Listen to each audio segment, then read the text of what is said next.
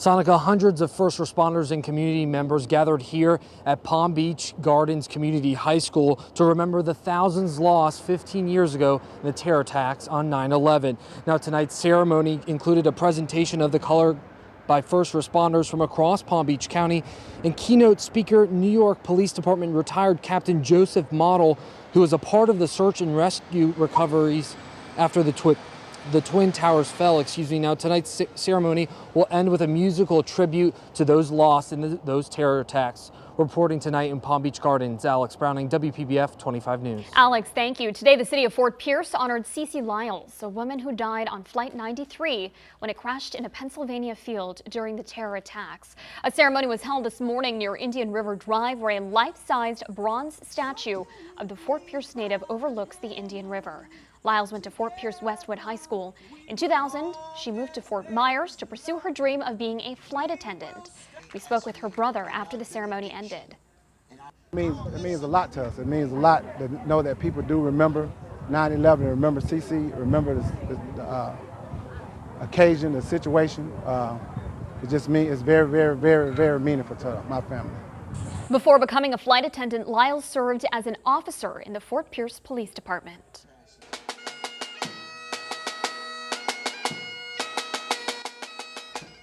Meanwhile, bagpipes could be heard in Port St. Lucie during the annual Remembrance event. The ceremony was held in front of the Port St. Lucie Civic Center at 8:30 this morning.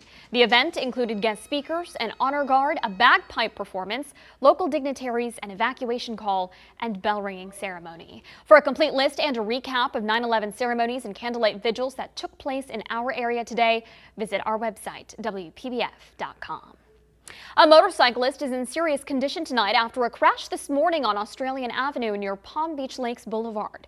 Around 8:30, a car was traveling north on Australian Avenue, approaching Palm Beach Lakes when it lost control and hit a motorcyclist. The motorcyclist was trapped underneath that car, and first responders had to remove him from underneath.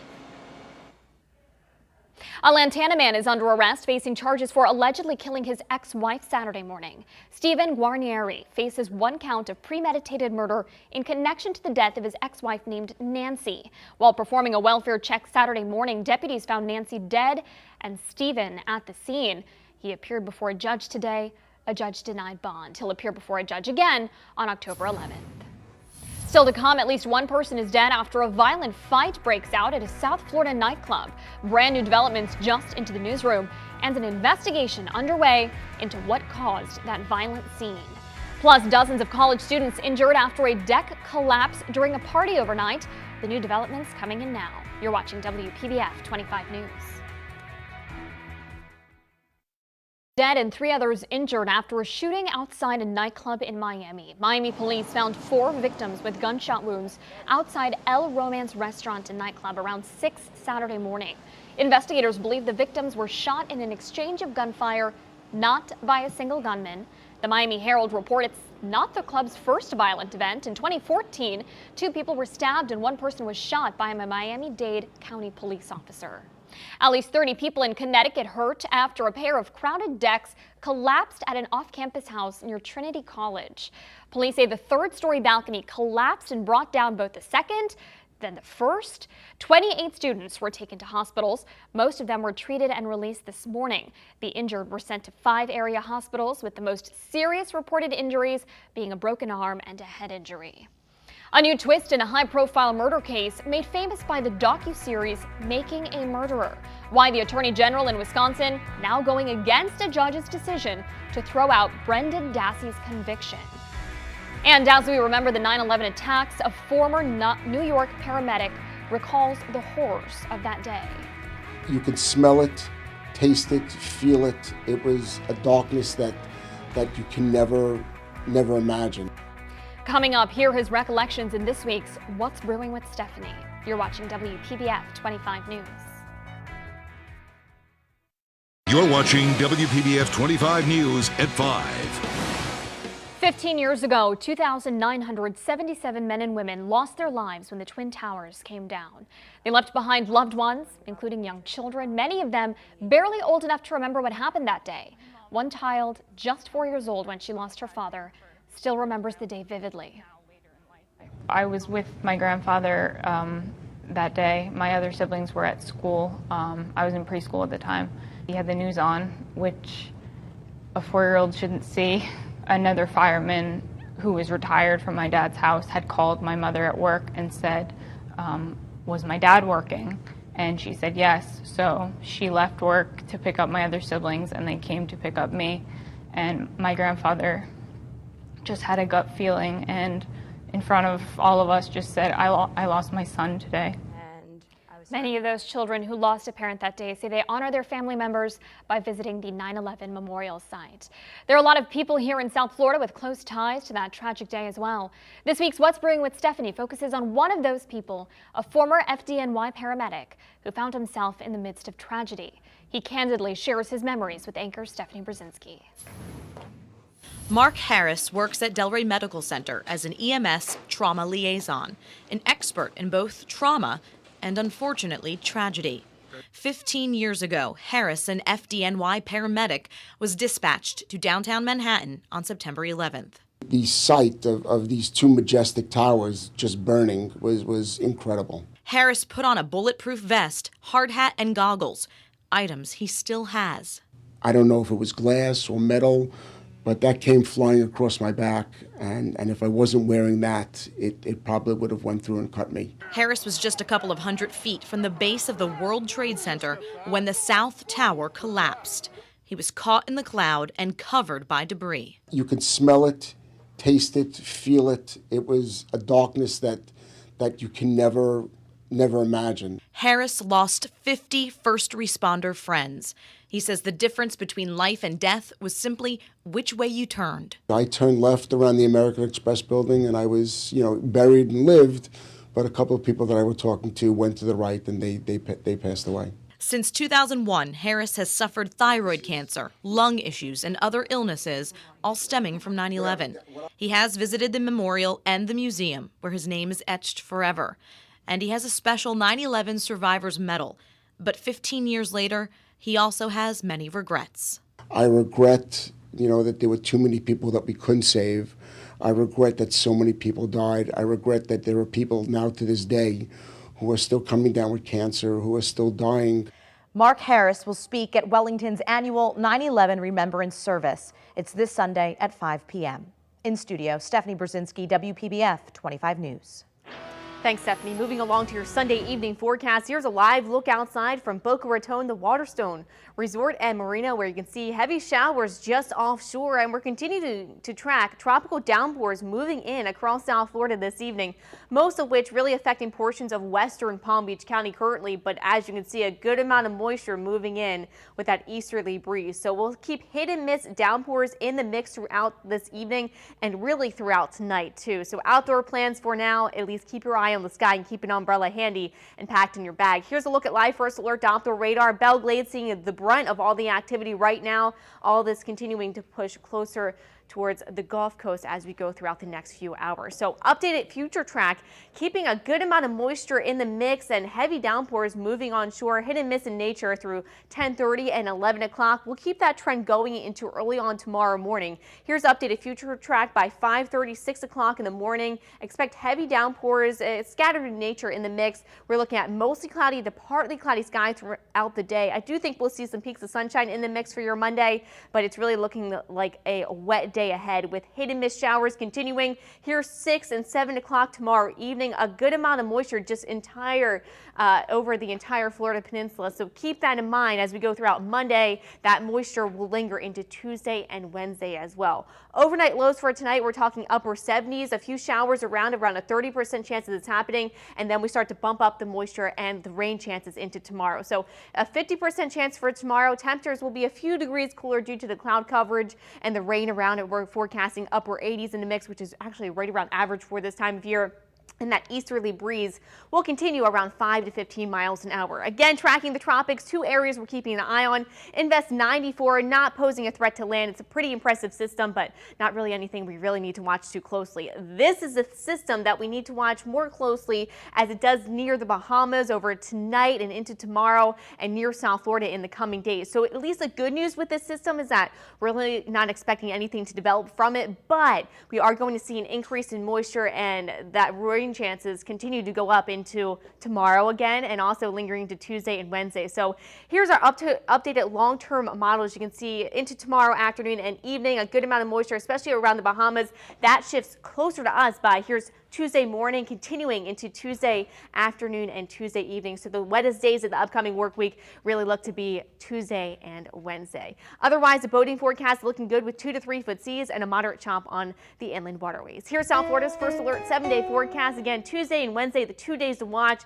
and really it's shaping up to be a wet work week ahead. That moisture lingers into Thursday and Friday and into the start of next weekend. Sonica? Taylor, thank you. Well, buses are supposed to provide children a safe ride to school and back home. But one Palm Beach County teenager claims the buses aren't. She says her school bus is overcrowded and she has photos to prove it. Take a look. You can see for yourself, this school bus is packed. In some cases, 3 students are sharing a seat. Our Whitney Burbank spoke with the local teen who says she was forced to sit on the floor. Being a freshman in high school has its challenges, but for Victoria Plant-Leon, it's been tough just getting to class. Whenever I'd get on the bus, it's really hard because everyone's sitting in the aisles. This is what Victoria is faced with when she gets on the bus to Seminole Ridge High School. I've been sitting on the floor for the past 4 weeks, and my knees are hurting. Victoria is the last stop, but says when she gets on, the aisles are already full. Riding 10 minutes to school in Loxahatchee in pain and fear. She says it's become routine. It was really scary, and if he crashes, then we're all like flying out the window. Victoria took pictures and video of the crammed commute. There's like barely any seats right there. When she showed them to her mom, Diane says she immediately called the school. It was just the first week. We're going to work on it, give us a time. Called it second week. Oh, we're working on it. Diane says she got the same story every time. I said, if I don't hear nothing, I'm going to TV station. But 14-year-old Victoria got so fed up, she called WPBF. I don't want to keep doing this anymore. I don't want to keep doing this till I graduate. Victoria says she had to speak up. With every quick stop and tight turn, she's reminded of the risk. A Palm Beach County School District spokeswoman tells me that the issue has been addressed, but Victoria says that today was the first day she ever got a seat on the school bus. Next week will be her 5th week in school. In Loxahatchee, Whitney Burbank, WPBF 25 News. Now to a new twist in the case made famous by the Netflix docuseries Making a Murderer. The Attorney General in Wisconsin is now appealing a judge's decision to throw out Brendan Dassey's murder conviction. Dassey and his uncle Stephen Avery were convicted in the 2005 murder of Teresa Hallback. Dassey was 16 years old at the time. His lawyers argue his confession was coerced. Be honest. You went inside, didn't you? Yeah. You went in the trailer? Mm-hmm. Dassey's lawyer released a statement saying she's disappointed in the state's decision to seek an appeal.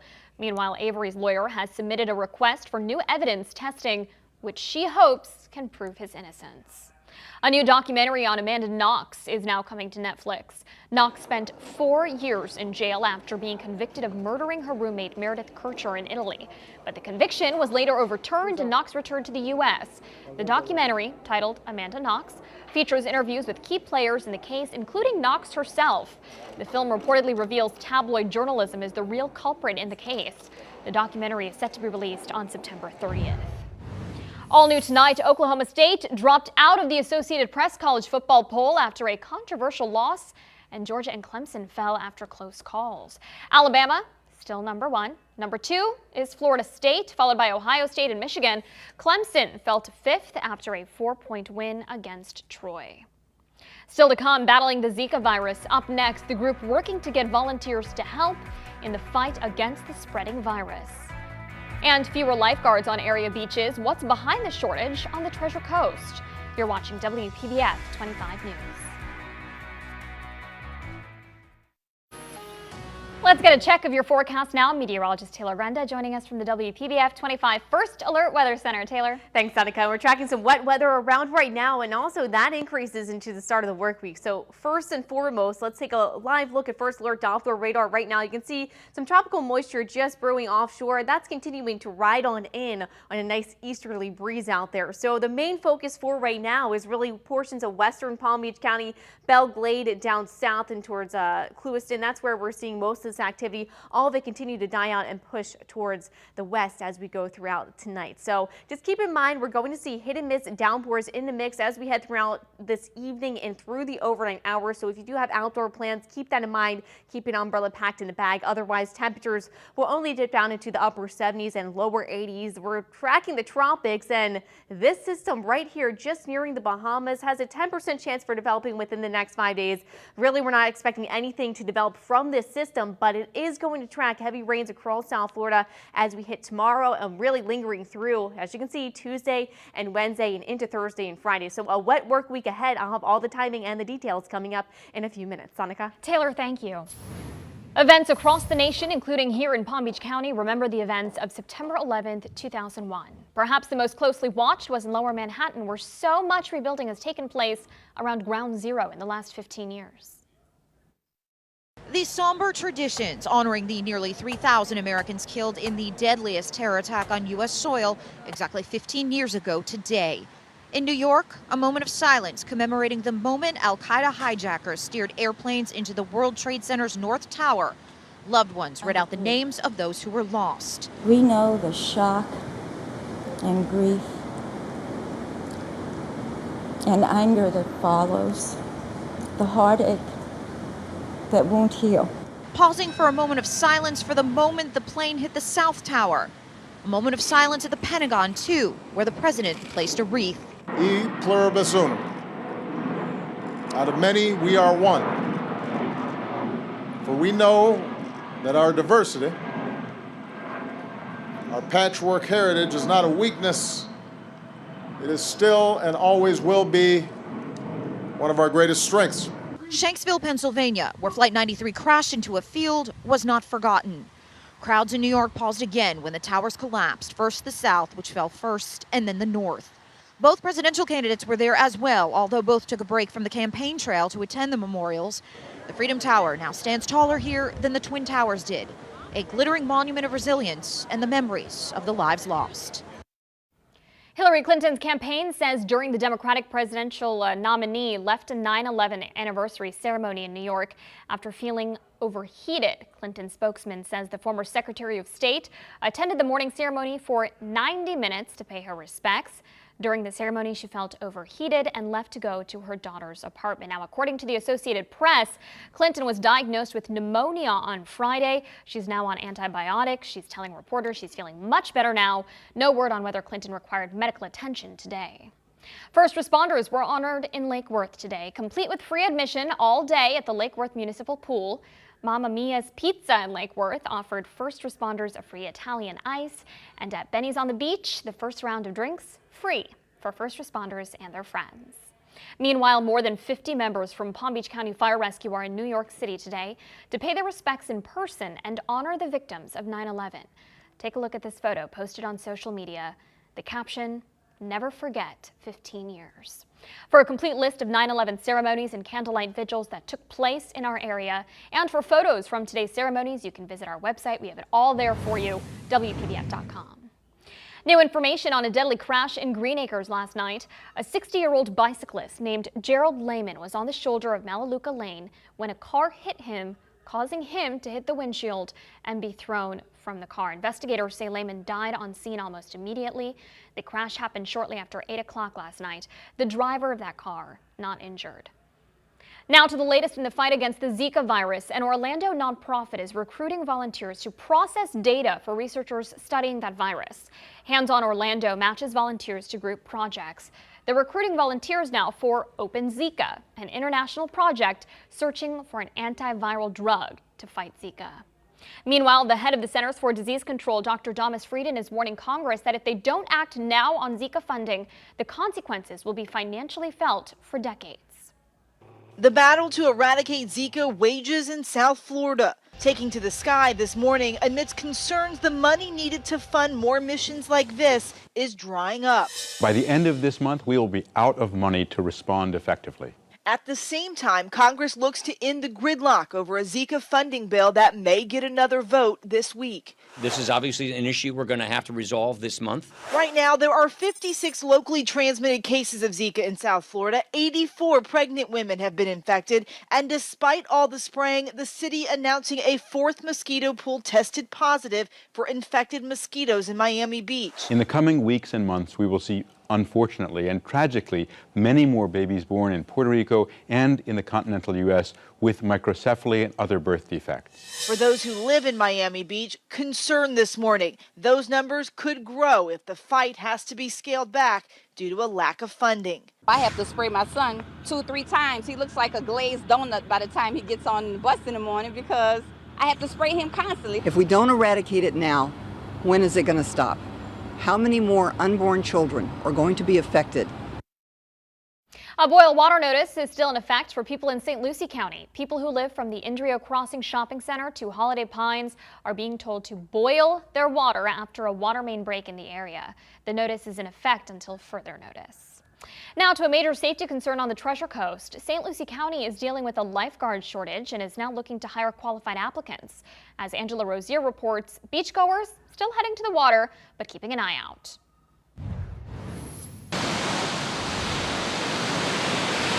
It's another lovely day at the beach, and Coach Mack is here with his Westwood High students. He says when he's out with the kids, they only swim at guarded beaches. Parents had to ask, where'd you go today? Well, we went to a beach. Where? Was it guarded? Yes. So their safety always comes first. Beachgoers can find lifeguards at Pepper Park Beach on North Hutchinson Island and Waveland Beach in northern Jensen Beach. But that's not the case at South Beach Park. Beachgoer Alicia Wiley doesn't mind visiting an unguarded beach, but admits there should be a lifeguard when more kids are around. Just in case. I mean, yeah, I guess on season, if there was a little more kids here, I guess it would come in handy, yeah. Officials say the county is budgeted for 8 lifeguard positions and only 4 are currently filled. We've lost several lifeguards recently to other positions in other counties and other careers, so we've had to reduce the lifeguard coverage in South Beach and Fort Pierce. Officials admit salary is a factor. We have a very good benefits package, but sometimes it's that hourly rate that employees look at when they're accepting positions. County officials say they are interviewing several applicants and hope to have the positions filled soon. In Fort Pierce, Angela Rozier, WPBF 25 News.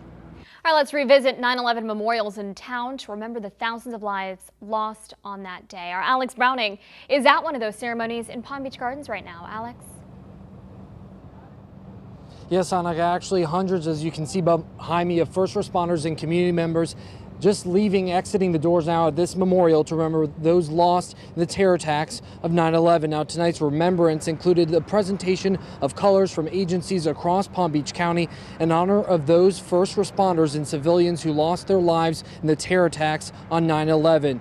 And tonight's speaker was retired New York Police Department Captain Joseph Model, who recalled working that day 15 years ago.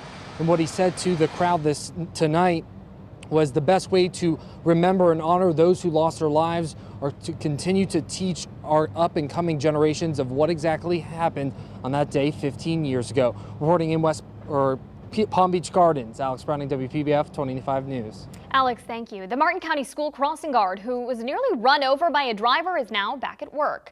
When asked if she would like to comment on the incident, she told WPBF 25 News, quote, "Right now I'm just focusing on getting my kids to school safely." Cell phone video shows the crossing guard trying to prevent a driver from making a left turn outside Hidden Oaks Middle School.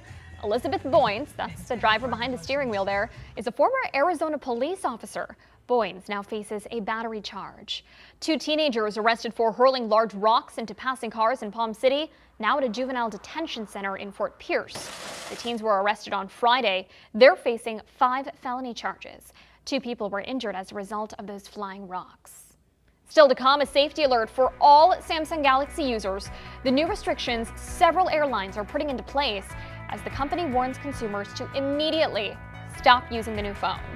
Plus, the woman behind this iconic photo has passed away. Up next, remembering the life of Greta Zimmer Friedman. You're watching WPBF 25 News. We'll be right back. Now to the new safety measures being taken by airlines. The fallout from the Samsung Galaxy phone is now affecting The drastic moves are being taken after frightening reports of batteries overheating and catching fire, but the big question is how to enforce the rules. Passengers boarding American Airlines flights will hear this announcement warning about Galaxy Note 7 phones. The Federal Aviation Administration advises these devices remain powered off and not connected to any power source while on board the aircraft. They join at least 4 other domestic carriers stepping up safety warnings over the exploding devices. Everybody that has one has an inherent reason not to turn it on for their own safety, much less the safety of all their fellow passengers. Several international airlines, the FAA, and even Samsung itself now urging anyone who owns a Note 7 not to turn it on at all, with some safety groups calling for an outright ban on the recalled smartphone. I think it's pretty scary, and I think people really need to be very cautious. But experts say even if officials declared the device a prohibited item, it would be up to the honor system for passengers to comply. It's not going to be easy for each individual airline to enforce the ban, because then they have to go through more check procedures. Where are they going to get the people? This is the latest in what has been a difficult week for the South Korean tech giant, who have confirmed 35 cases so far of its lithium-ion batteries failing, resulting in burned phones and possibly this Jeep engulfed in flames. This all comes amid a local case at the Costco on North Lake Boulevard after reports of a man's phone caught fire while in his pocket. Palm Beach Gardens police are still investigating that case. Meanwhile, Samsung is also urging customers around the world to stop using the Galaxy Note 7 immediately and exchange them as soon as possible. All new on WPBF 25, a health alert to pass along involving frozen strawberries. Several people getting sick after reportedly drinking a certain type of smoothie. What you need to know is next. And on this September 11th, the nation pausing to remember all the lives lost that day. Up next, how the NFL is honoring the day as the start of football season gets underway. The kickoff of the first regular season Sunday for the NFL. Teams will be taking a moment to remember the victims of September 11th. And it all comes amid the clamor over those players who've been protesting the national anthem. This morning, the Seattle Seahawks announcing they'll stand together and link arms in unity during the national anthem. Wide receiver Doug Baldwin and quarterback Russell Wilson among the players tweeting out this video message. We honor those who have fought for the freedom we cherish. Honoring the fallen and the fight for justice. And we stand to ensure the riches of freedom and the security of justice for all people. A Sunday full of tributes in the NFL's opening weekend. First responders, hometown heroes, and members of the military will be on the field and stadiums across the country to honor the heroes of 9/11. This Marine Corps drill team with one last practice before taking the field at the Titans game. The NFL, by simply recognizing 9/11 in this way, have already embraced politics. Colin Kaepernick is just adding a different wrinkle to it. The NFL anticipating demonstrations too as players follow 49ers quarterback Colin Kaepernick's lead of refusing to stand for the national anthem. As long as whatever protest they do, whatever statement they make has dignity and respect in it, I think it'll be powerful. In a video that will be seen by millions today, NFL players past and present joining together in a refrain. Football is America. Football is America. Football is America. The woman whose kiss was seen around the world at the end of World War II has now died. The picture, taken in Times Square on August 14th, 1945, shows Greta Zimmer Friedman getting a kiss from a sailor on VJ Day. It was published in Life magazine. Her son says she passed away on Thursday in Virginia after a series of ailments. She was 92 years old. Pulse survivors and their families have just one more day to file claims with the One Orlando Fund. We know between 100 and 200 people applied for help, but as many as 300 people were inside that club on June 12th. To file a claim, you need to go to oneorlando.org to find the forms. They must be postmarked by tomorrow. The fund's managers are hoping to start sending checks on the 27th. We move on now to the man who tried to assassinate President Ronald Reagan in 1981. Today, he's free. John Hinckley Jr. released from a psychiatric hospital for good this time, now living with his mother in Williamsburg, Virginia.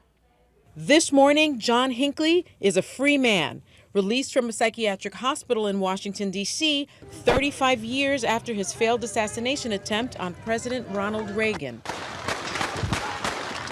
The 61-year-old will now live with his mother in this gated community in suburban Williamsburg, Virginia.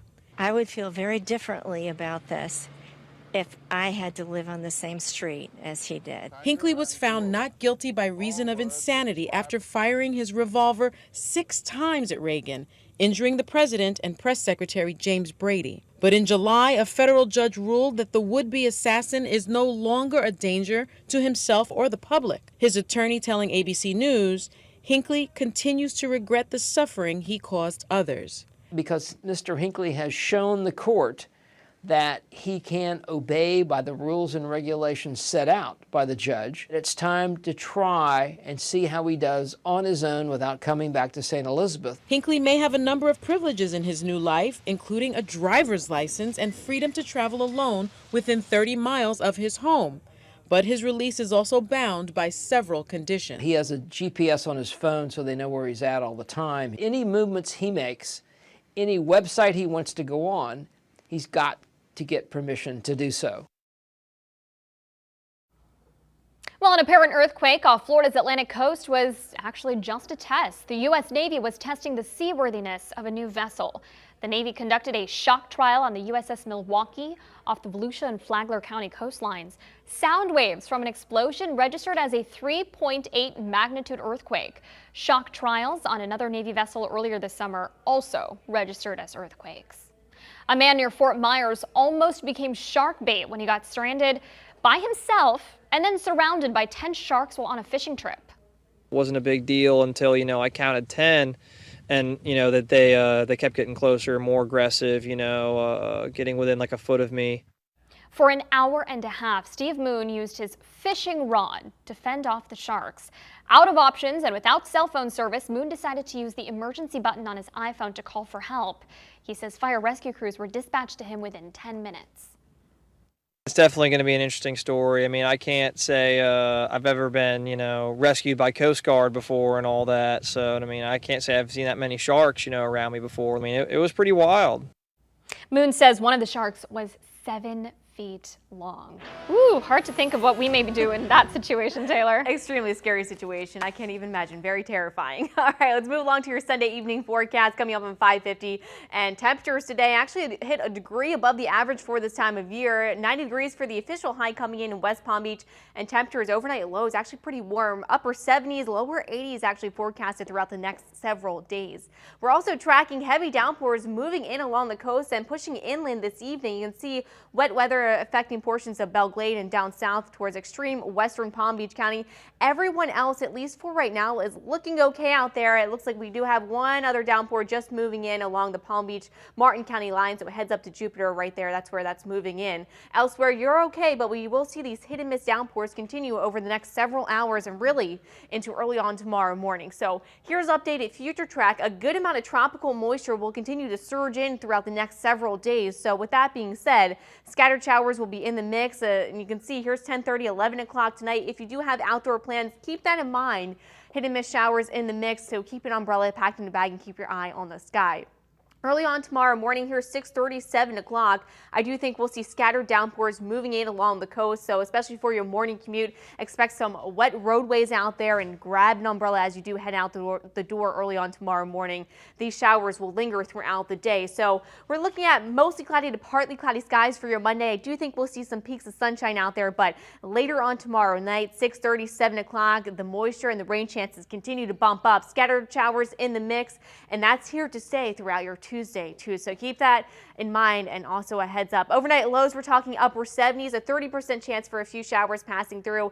Into tomorrow, we bump those rain chances up to 50%. And that's going to increase throughout the day, especially tomorrow night. Those rain chances definitely start to increase. Temperature-wise, a little bit cooler thanks to some cloud coverage. We're forecasting upper 80s, which is actually right near the average for this time of year. So we can thank the wet weather over the next several days for this system just nearing the Bahamas. The National Hurricane Center has highlighted it, giving it a 10% chance for developing within the next 5 days. And really, we aren't, at least the good news is, expecting anything to develop from this system, but it will increase our rain chances and bring us wet weather as we go into Monday, Tuesday, and also Wednesday. So a wet work week ahead, Meanwhile, back here at home, the boating forecast looks all right with 2 to 3 foot seas into your Monday and a moderate chop on the inland waterways. Here at South Florida's first alert 7-day forecast. Again, the 2 days to watch will be Tuesday and Wednesday with that surge of tropical moisture coming down at least a slight bit for Thursday and Friday, but wet weather here to stay into the start of next weekend. Sonica? Taylor, thank you. New tonight, a Palm Harbor man is facing aggravated manslaughter charges after his 23-month-old son was left in a pickup truck for 8 hours. The Pinellas County Sheriff's Office says 41-year-old Troy Whitaker put his son and daughter in the truck and took his daughter to school. Detectives say Whitaker drove home without taking his son to daycare and didn't realize his son was still in the truck until 8 hours later. To hear of something like this happening, it's just a tragedy. The boy was pronounced dead at the hospital. Whitaker, who works for Hillsborough County Fire Rescue, is out on bond. A health alert to pass along tonight. A hepatitis outbreak linked to frozen strawberries is spreading. New results from the Centers for Disease Control show 89 people have contracted the illness.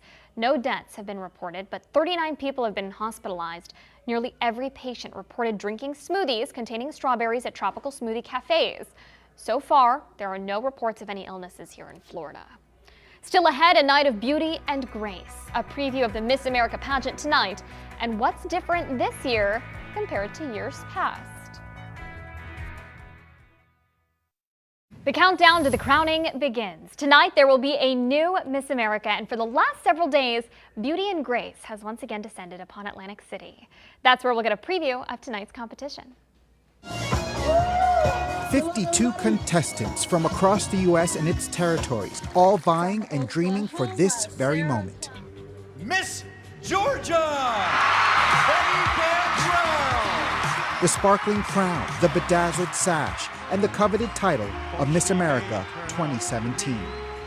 Miss America! For the last 2 weeks, the beautiful and sophisticated young women have put forward their absolute best. This year, ESPN's Sage Steele and The Bachelor's Chris Harrison host the pageant.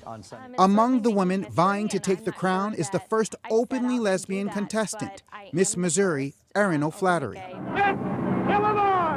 Along with the glitz and glamour is the honor that comes with the Miss America telecast being held on America's darkest day, the same day the country memorializes those lost during the 9/11 terror attacks. Tonight's Miss America pageant promises to be an entertaining spectacle. Miss America 2017 airs tonight, right here on ABC. Ray Raymundi, ABC News, Atlantic City, New Jersey. From horror to animation to a drama based on a true story, 4 new movies are hitting theaters this weekend. Tom Hanks and Clint Eastwood's Sully landed in theaters Friday night. That film scored $35.5 million in its opening weekend. And Morris Chestnut and Regina Hall star as aspiring parents seeking a surrogate, but getting more than they bargained for in When the Bow Breaks. The psychological thriller landed in second place with $15 million. How am I ever going to survive on this island? More talking animals swoop into theaters with The Wildlife. The animated retelling of Robinson Crusoe made a mere $3.4 million. The Disappointments Room stars Kate Beckinsale. It grossed $1.4 million in its opening weekend. WPBF 25 News at 6 is coming up right now.